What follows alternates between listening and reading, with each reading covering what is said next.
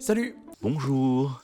Si vous regardez cette vidéo, c'est que vous avez cliqué sur le lien qui vous permet d'en apprendre un petit peu plus sur le fonctionnement des règles, des pourcentages et autres trucs et astuces des terres libres d'ON. Comment on fait?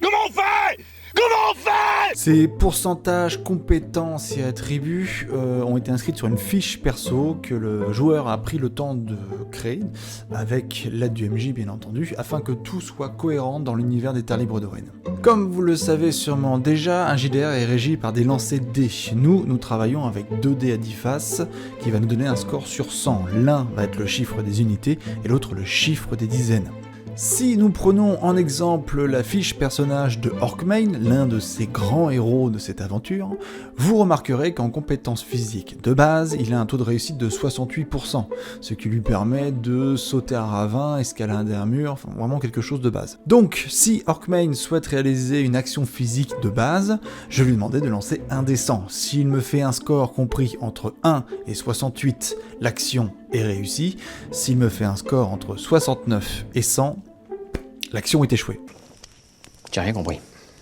Vous remarquerez aussi que sur une fiche perso, il y a une section avec écrit aptitudes. Ce sont des compétences particulières que les aventuriers ont acquis au cours de leur vécu, de leurs aventures. Sur la fiche perso de Orkmain, on peut voir qu'il est écrit une aptitude à manier les armes à deux mains qui lui offre un bonus de 2%. Il va ajouter ça à 68% de physique de base, et ainsi il va pouvoir utiliser son arme à deux mains, pour frapper son adversaire, par exemple. Dans la section matos, on peut voir que son épée à deux mains lui offre 9 de dégâts, donc s'il réussit son attaque, il fera 9 de dégâts à son adversaire. C'est bon? Tout est clair? Parce que c'est pas fini.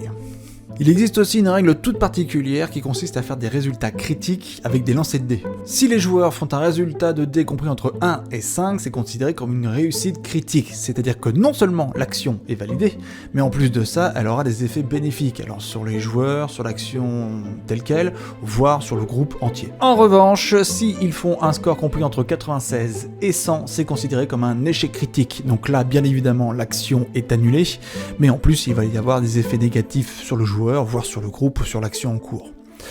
Vous l'aurez compris, il ne faut pas faire d'échecs critiques. Voilà. Vous ne voulez pas faire d'échecs critiques. Non! On veut pas! Et bien sûr, tout ce système fonctionne aussi bien pour les actions sociales que les actions mentales. Bien entendu, sur la fiche perso, nous allons retrouver les fameux points de vie, très simple à comprendre. Si le compteur est à 0, ça va être très compliqué pour le joueur de continuer l'aventure. Et nous retrouverons aussi les fameux points d'ON, très utiles pour les personnages qui veulent lancer leur pouvoir bien particulier et surtout très utilisés par les magiciens s'ils souhaitent envoyer une énorme boule de feu. J'espère que cette courte vidéo vous aura aidé à comprendre mieux comment fonctionnent les règles des terres libres d'ON. Sachez que si vous avez des questions bien spécifiques, il y a de la place dans les commentaires, je prendrai le temps d'y répondre. Moi je vais vous laisser, j'ai des héros à martyriser, donc je vous laisse. Ciao.